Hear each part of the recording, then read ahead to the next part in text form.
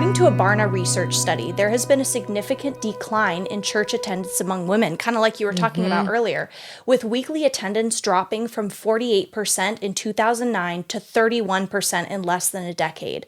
As someone who advocates for women's active participation in the church, what factors do you believe contribute to this trend, and how can the church address it? I'm sure that, if that study was done years ago, I'm sure that that number has even changed past COVID. So what is something that you can see as maybe a cause for that, and how can the church address that?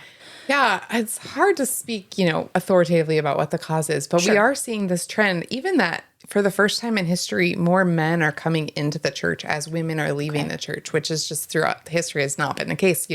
Christianity has been predominantly female from its inception because of the way that it's so good for women, that where the gospel goes, women's rights and their view as, their value increased among the community. Okay. And so, it's such a shame to see those numbers. And I suspect there are a couple of things. Like, on the one hand, I do think we have to face the reality that, like, we're coming out of this stretch of, there's been scandals and abuse all throughout history, right? Yeah. But, like, more and more exposure, more and more conversations about them. I think people are just weary. Like, I think there's a lot of women, and I think men out there, who are, like, longing for a reckoning. Like, they want to see abuse of power held accountable. They want to see, women not being second-class citizens in the church. They want their value to be affirmed. And I think there is something happening there that we need to think about, like, how are we communicating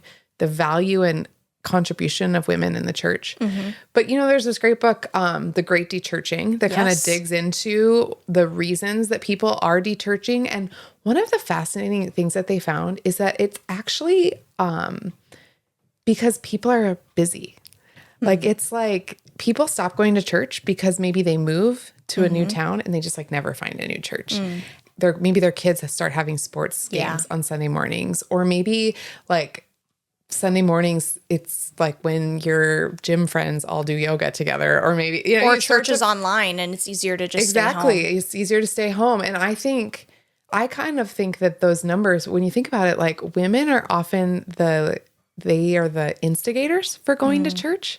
And so, well, that was the interesting point that you brought up earlier. And I remember when we went through this book at Sola, was that I think it was like, the women are going to be the ones to convince their husbands to come to church. Yes. And that was the case in the early church. It was so crazy. All these wealthy women were converting to Christianity in the ancient world.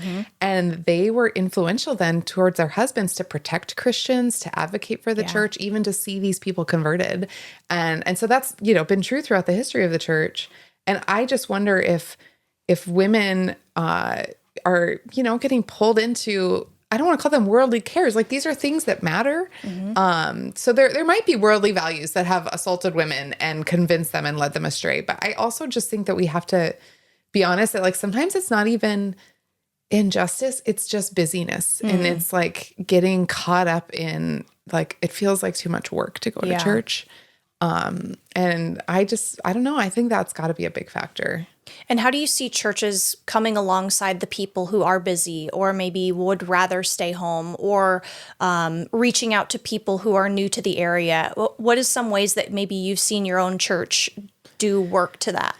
Well, in my book, I talk about, like, wanting to call women to conviction and courage. And I think that's one thing here is, like, I don't think that we have helped people form a good conviction for the church. Okay. That the church is not just, like, this thing that's okay to do sometimes. It's not a club you're a part of. It's not like this low tier, low level on your priority list. Like, the church is both law and gospel. So like, we are told in scriptures not to forsake meeting together, that this is, God's call. He calls us to worship him every Sunday. And that's an expectation as a disciple that you come to worship.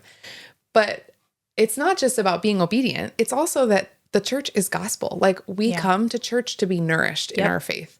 And when we come and we hear the word preached and we receive forgiveness of our sins, or the reminder of forgiveness of our sins, when we take the Lord's Supper, like, these things are actually what God uses to strengthen our faith. Like, I call church the grounding practice. I don't know if you're familiar with the grounding practice, where it's like when you're anxious, right? It's like, what can you touch? What can you touch? What can you feel? Like, right? And I think of churches that way. It's like you go on Sunday and you're grounded in this reality that like you are a citizen of heaven and that this is like, these are your people. This is your home. This is the life that you're called to.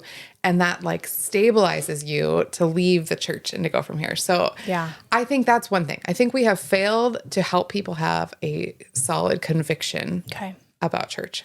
But then I also talk about the need for courage. And when I think of courage, my definition is that we live life before God's face, that it's like not before the face of others. It's before God's face.